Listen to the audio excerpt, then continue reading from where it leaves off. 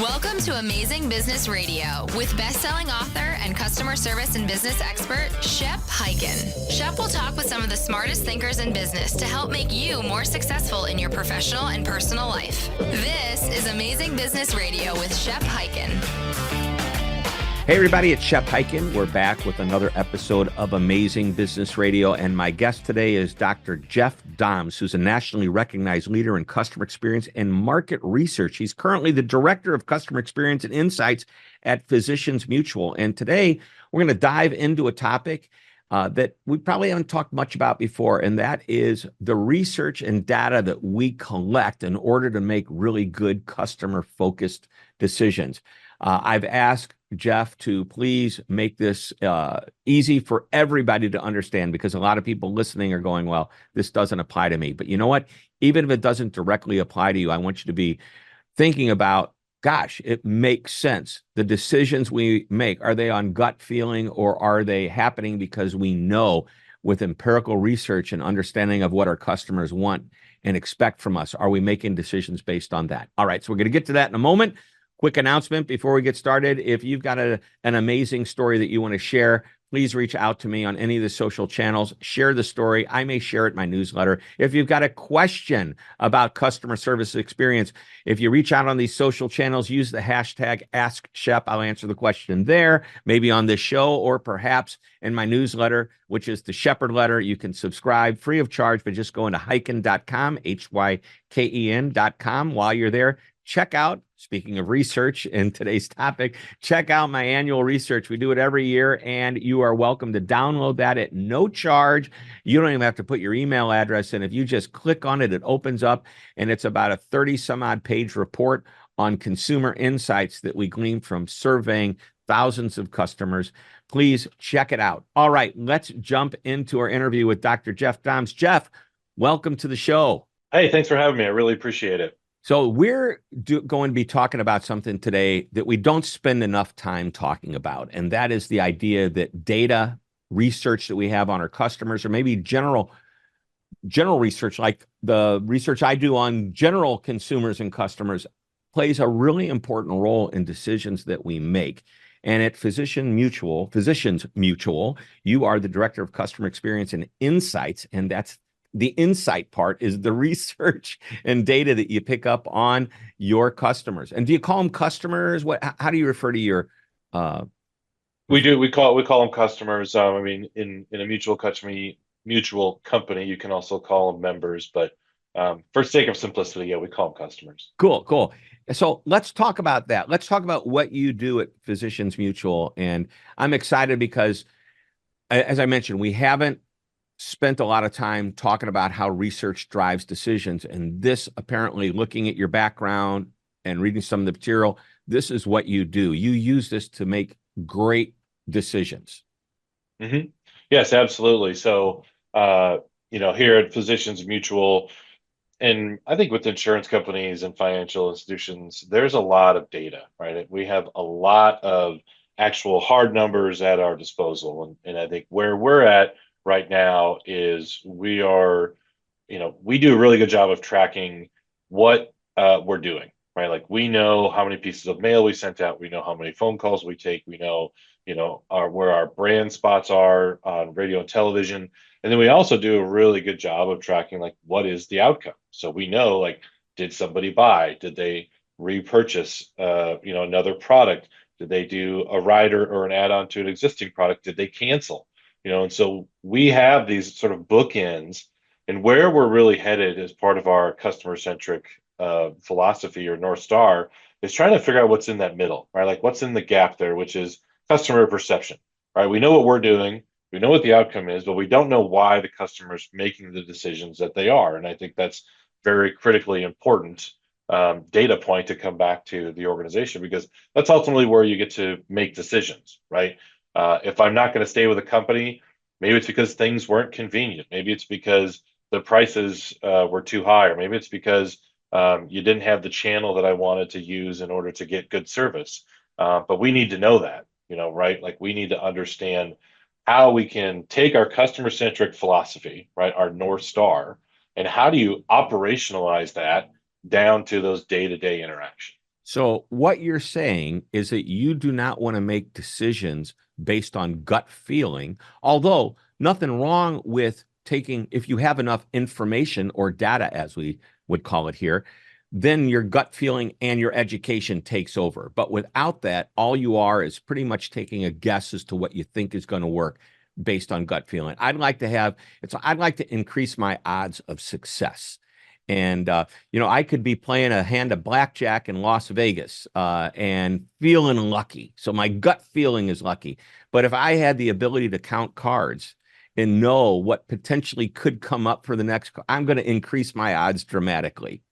Boy, is Yeah, that a good metaphor for this? I'll tell you what, I'm going to steal that one. I'm sorry. No, I think that's exactly correct. I think especially when you deal with these organizations like Physicians Mutual, I mean, we've been around, around 100 years, and we've been very successful for our customers.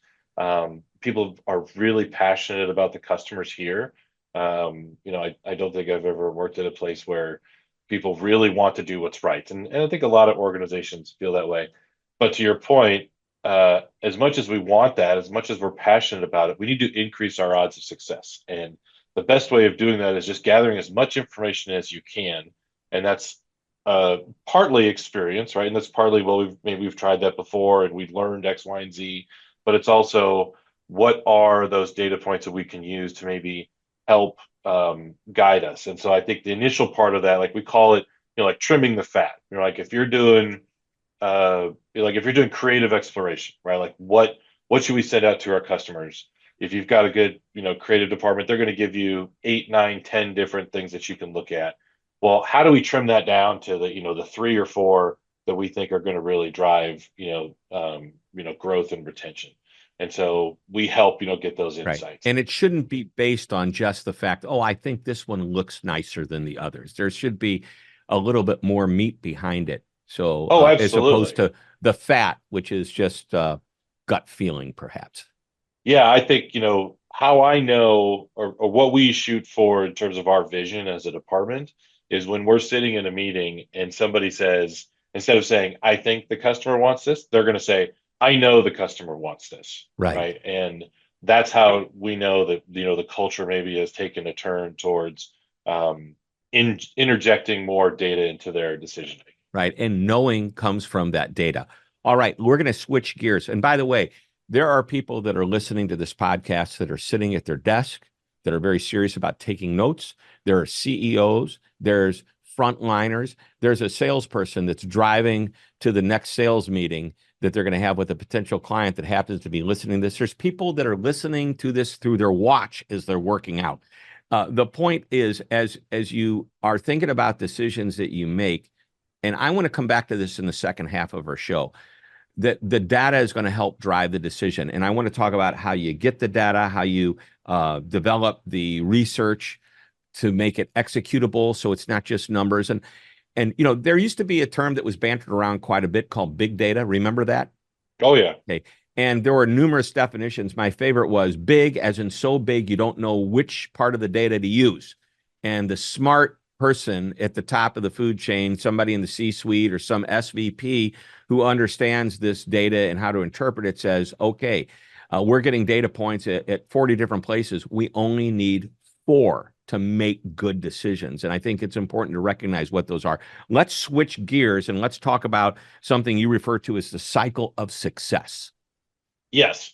So this is just something that I've developed, and it helps me when I come inside an organization, and I've been fortunate to do this a couple of times, and try to assess like how are we going to be able to do in terms of meeting our customers' expectations. And so if you think of the cycle of success, imagine a circle. Imagine it's divided up into 4 quadrants, like a Trivial Pursuit, piece. And in the top right-hand quadrant, that's your customers, right? And so that's your focus. And so for us, customer centricity is our North Star. So customers fit into that box. But then as you travel around, the box underneath that, or the quadrant underneath that, is data.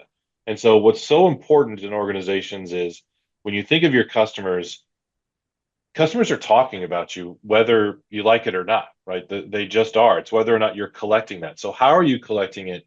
Where is that feedback coming from?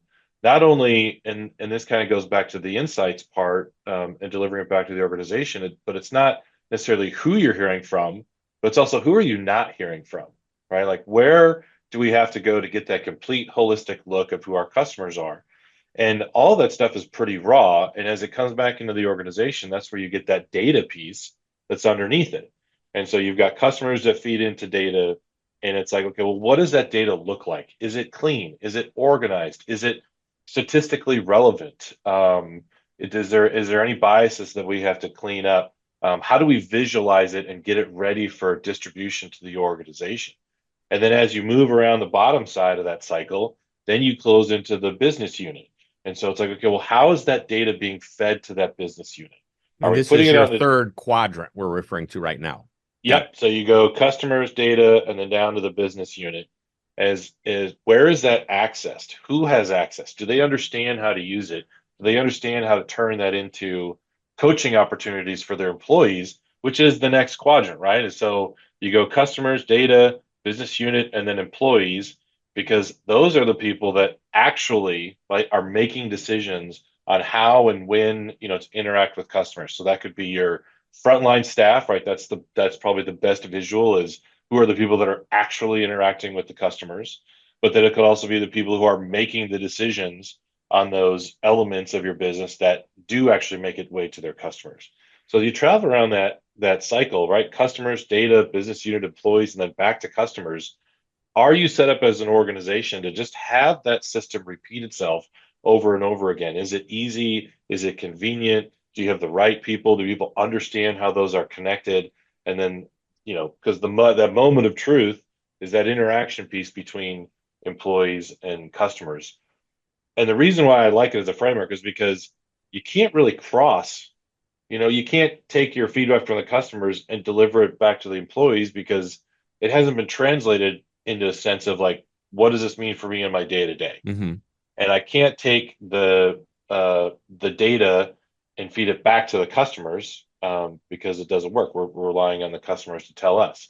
And so it does kind of give you at least a very easy framework, but there's lots of other stuff that go in between those pieces, and if anybody wants to reach out, I love talking shop. I'm a huge nerd, just let me know, because there's lots of different things that go in between those pieces that talk to how successful that cycle works.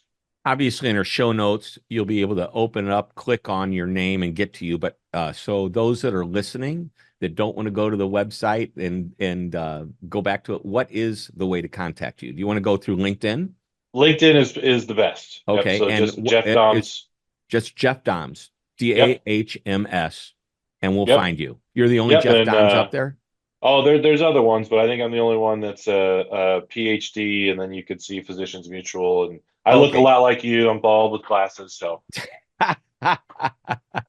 I love that. Let me real quickly take you through this cycle again, and I'm going to try to simplify. It's real simple. Customers are your North Star. This is why you're doing it. Now you're going to go out and collect data based on behavior, and maybe data based on getting feedback from surveys from customers. Yep. And Jeff is nodding his head yes. For those that are listening, he's nodding his head yes. Yes. And then you're going to get it to the proper business unit. And since we're the whole thing, customer service and experience is what we typically talk about, let's just take it to the front line who are dealing with customers. So they've got this data, and what we're going to do is in the business unit, leadership, manager, supervisor, whatever, is going to break down this data and determine what is best for our employees to have of all this data and best understand it and then operationalize it. And then the cycle takes it back to the customer. It's just a never ending cycle. Did I do a good job summarizing that?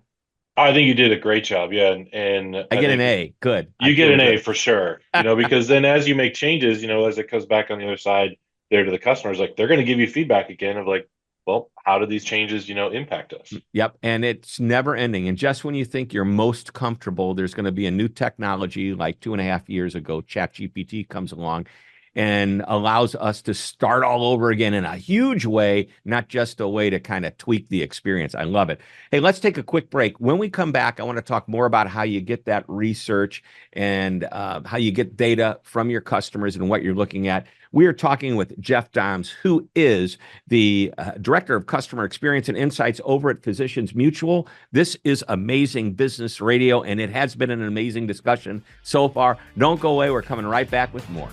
Shep Hyken here with an offer that won't cost you a cent. You may have heard me talk about my annual customer service and experience research. We've surveyed thousands of customers matching the U.S. Census for age, gender, ethnicity, and geography, and we find out what customers love, hate, and want in a customer experience. What's the number one customer experience that almost every customer desires? What makes them come back? What makes them leave? Why won't they fill out surveys? What do they think of AI? Well, these questions and more are answered in the research. You can download the full report by going to hyken.com and clicking on the research tab at the top. Like I said, it won't cost you a cent, but it may make you or save you thousands and thousands of dollars when you understand your customers' expectations. Again, the website is www.hyken.com. You're listening to Amazing Business Radio with best-selling author and customer service and business expert, Shep Hyken. We're back on Amazing Business Radio talking with Dr. Jeff Dahms, who is the Director of Customer Experience and Insights at Physicians Mutual. And we are going to continue the conversation. I want to move into the actual research and analysis framework that you have for your organization. We've already talked about this cycle of success. And when we get to the second quadrant below the customer, you talk about data. So how do you develop that data? How do you get that research, and how do you start to interpret it? So let's go there. Yeah, I think, most organizations will have, I think, a pretty basic approach to data. I mean, we've all gotten it, right? Like, if we get an Amazon package and you get a survey afterwards asking how it is, and so I think that's the first step, is measuring some of those basic interactions. What's easy about it? Where are the pain points? Would I do it again? And then can I ask a question? Sure. Before you go on, because I don't want to get on to the next one. This is important. How do you get the right data from those surveys? Because I believe there's a lot of times where you'll get skewed because you get people that love you, people that hate you, but everybody in the middle doesn't even care. Yeah, I think that's where we've tried to add in some additional tools and resources. I spoke about this earlier, where it's not necessarily who you're hearing from, but it's who you're not hearing from. And Yeah, you said you that. can't rely on just a traditional voice of the customer program where it's like, well, we've sent it out, this survey, and we're going to believe that. It's like, okay, we sent it out. Here's who we heard from, to your point, like, where is it skewed? But then we have additional research resources, right? So we have access to our own kind of DIY, outside research panel. We have a panel that we've curated of our own customers that we tap into on occasional basis. And we have a list of vendors that we try to maintain a good relationship with, that we can get, more pointed and specific research, when we need to really fill out that holistic look. But don't go into it thinking that just doing surveys is going to work, right? Like, you have to, when we put together this strategy for the organization, we try really hard not to say surveys, right? We try really hard not to say we're doing surveys. We try to make sure we say research, right? And insights and analysis, because we don't know if it's going to be surveys, and this kind of leads, I think, into the next part, which is, how you could do this is by making sure that you're really clear and about the setup of what you're about to do. So when someone in the organization comes to us, and it takes time, we're sort of a new department in this organization, and so when people traditionally have been coming to us, or when you do this or you get started, they're like, hey, I want to do a survey. You're like, okay, well, that's great. Let's talk about why you want to do the survey, right? Let's talk about the problems you're trying to solve. Let's talk about the outcomes. What do you want as a deliverable? And then again, you'll notice that the organization is starting to shift when people start bringing you problems instead of a request for a survey. And so that's where that setup of just educating people kind of over and over and over again, of like, hey, we want to do some surveys. Okay, look, here, we've got this sort of research intake process. We want to talk through this with you. We have these questions we want to ask you. And you start doing that over and over again, and then again, like that same group comes back and says, "Hey, I know what question's going to ask me, Jeff. Like, so let's just cut to the chase. Here's the problem. Here's what we're looking for. Like, what would you recommend?" Because we may cobble together a bunch of different resources, right? We may do a survey, we may do some things through our video interview tools, we may do some outside research, we may already have something from a vendor that helps answer these questions, and then we'll put that together as as the final deliverable to help give us some direction. So this is a huge point. I want to emphasize that just asking people questions and getting data is one thing. But if you know there's a problem and can get specific about why you're doing your research, and it may be all you want to do is be more competitive and create a better experience, but you need to really understand something specific you're looking for, as opposed to a general response or a metric that's going to make you feel good because, oh, they love us. Okay. We have, an NPS score that's super high. We have our customer satisfaction, 92% of us are rating us good to great, kind of thing. And that makes you feel good. But okay, you can't operationalize that general feeling. You need to get specific. Why do they love us? Or why are we only getting 9 out of 10 people? What about the 1 out of 10? Which over time, that's a lot of people in a business. So I think that's where it brings us to the next topic. Oh, you know what? Before I do that, I'm going to ask you in a moment. The topic is bridging that gap between getting the insights and then the execution. You may have already answered that, and I think you have by saying, bring us a problem or something specific. But do you ever go after customers that have left you and try to get information? And I mean, not just say, hey, why did you leave us? I want to create a report of, that gives me information on 60% or 80% of the customers that have left us, because then we might be able to really do some positive things within our own experience to lower that number down, whatever it is. Yeah, I would say we have tried. I don't think we have gone far enough. We're still pretty young in putting together our CX strategy, and I think that's something that we'll get to. But it's really difficult, right? Like somebody's already left you. Like, how do you get that information? How do you get in touch with them? We've tried sending out surveys. We've tried doing follow-up phone calls, and you can get responses. The difficulty is getting anything that's statistically significant on the level, right, of whatever else you're bringing in. Yeah, I'd be interested in knowing if we get a general responses, can you tell us why you left? And I know Yeah. there might be 2 or 3 questions related to that. And I have a friend of mine that does a lot of NPS research or surveys. Okay. And he says the best way to do it is, even though he's an outside company, he gets a phone number where when he calls, and it's the phone that counts, and he calls, it says it's the name of the company calling. Okay. And right away he says, hi, my name's Shep Hyken, and I'm calling on behalf of XYZ company, in this case, maybe Physicians Mutual. I realize you're no longer doing business with us. Can I take 60 seconds of your time to ask you a couple of questions? Why? We're trying to improve our process and keep people like you from ever wanting to leave us. Would you be willing to do that? And as soon as they say yes, and he says, that's the most effective way to get the highest percentage of answers. Anyway, I digress. Great insight. So, and speaking of insight to execution, you may have already covered this in some of what you said, but I just want to wrap a bow around it before I ask you the final question of the interview.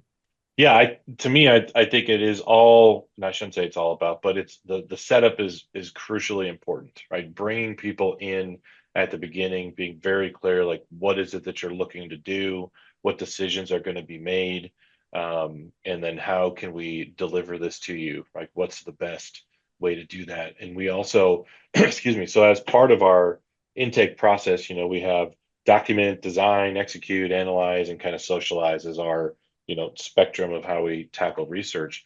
But what helps us decide how we're going to do each one of those is then talking to the business about what level of analysis do you need back on this, right? So not all research is the same. And, I've heard it referred to, and we've referred to it as well as the button test, right? Like, what color do you want this button? Do the customers want it green or yellow? Well, we probably don't need to do a huge report back to the leadership council about what color this button is. I could probably just send you an email and say, hey, look, we asked 1,000 people and 90% of them said they wanted green. Like, that's great. So getting that understanding of like where do they think the roadblocks are going to be? What do they need in order to make a decision? Do we just tell them what the answer is and then the business can go about, making the decision? Or is there going to be, do they have to take this data and then they have to convince other people? They have to bring it to other meetings. There's other departments involved. And so that all comes from the setup, which I think helps you then get to that delivery at the end that's going to actually, people are going to actually make a decision on. And then I would say the part that comes later, sometimes much later in highly regulated businesses like insurance, is, well, what did we do with that? Or like, what was the outcome? Did we make a decision? Sometimes no decision is a decision, but like, did we make a change? Did we change your mind? Like, did this data actually make you think differently? Because if it didn't, then let's talk about that. I'll often tell people in the organization, like, hey, if I deliver something to you and you say, Jeff, this is work, like I didn't get anything from this. This doesn't do anything for me. I'm like, that's great. That's awesome. Tell me more. I'd love to hear about like, why this didn't hit or why this didn't work, like how we could have done this differently. Because at the end of the day, research is at this point, kind of a support function. And so we exist to help the business move forward. And if we're not helping the business to move forward, then help us understand how we can do that better. Yeah. Excellent. All right. Final question. It's coming. We're at the end of the interview, and I always ask the one last piece of wisdom that you want to share with us. I think we've gotten incredible, and no pun intended, we've got incredible insight based on your experience, which is where research really comes from. It's based on experiences of others, but bringing it all together in a format that allows us to make good decisions. What's the one last thing you'd like to share with us today? Yeah, I think, kind of going back to that cycle of success, there's a piece of that I think a lot of organizations will miss or step over. And that's as you come around, that backside and you're talking about the business unit and the employees. I'm a big proponent of what's called service climate. It's heavily researched by a guy named Benjamin Schneider. You can look him up. But I think it really helps operationalize customer-centricity and really operationalizes that very critical half of that cycle of success. I mean, in some cases, I would say it's more valuable than employee engagement in terms of understanding whether or not you're able to service your customers. I think I even read in your last report about, don't do unto your employees as you would want done unto your customers. I've been and that's what thinking all that for a while. Yeah, and that's what all service climate is about. Is it's not just, do I have the tools and resources, but do I have the know-how? Do I have the manager support? Does my manager, reward good performance? Are we focused on talking about things like good service? Do I trust? There's a big part of that I think it gets overlooked is, do I trust the other departments to handle our customers? Because if they don't, then you're not really working together. So I would say the one big thing to me is, don't lose sight of the climate, right? We can all say we want a customer-centric culture. And I've heard that a lot, and it's a good buzzword. But how you operationalize culture is by paying attention to your climate that your employees work in. And is that climate really built for service? Yep. So talking about it versus actually doing what you talk about, two big different things. Jeff, this has been great. Love the conversation. We can talk for hours on this. Thank you so much for being on the show. Yeah, thank you for having me. Well, it's been great and a great group of insights here. I really want everybody to go back and pay attention to that cycle of service. I think it makes total sense, and it's never ending. You're never going to get to a final destination. Things are always changing. Customers' perceptions are changing. There's competitive issues out there that are forcing you to make changes. And obviously in the insurance world, you've got all kinds of regulation and compliances that are constantly changing as well. You've got it a little bit harder than a lot of us out there, no doubt. But Jeff, thanks for being on the show. Everybody, this is why we call it Amazing Business Radio. We're going to be back next week with another interview, and I promise you it will be just as good. And until that time, this is Shep Hyken reminding you to always be amazing.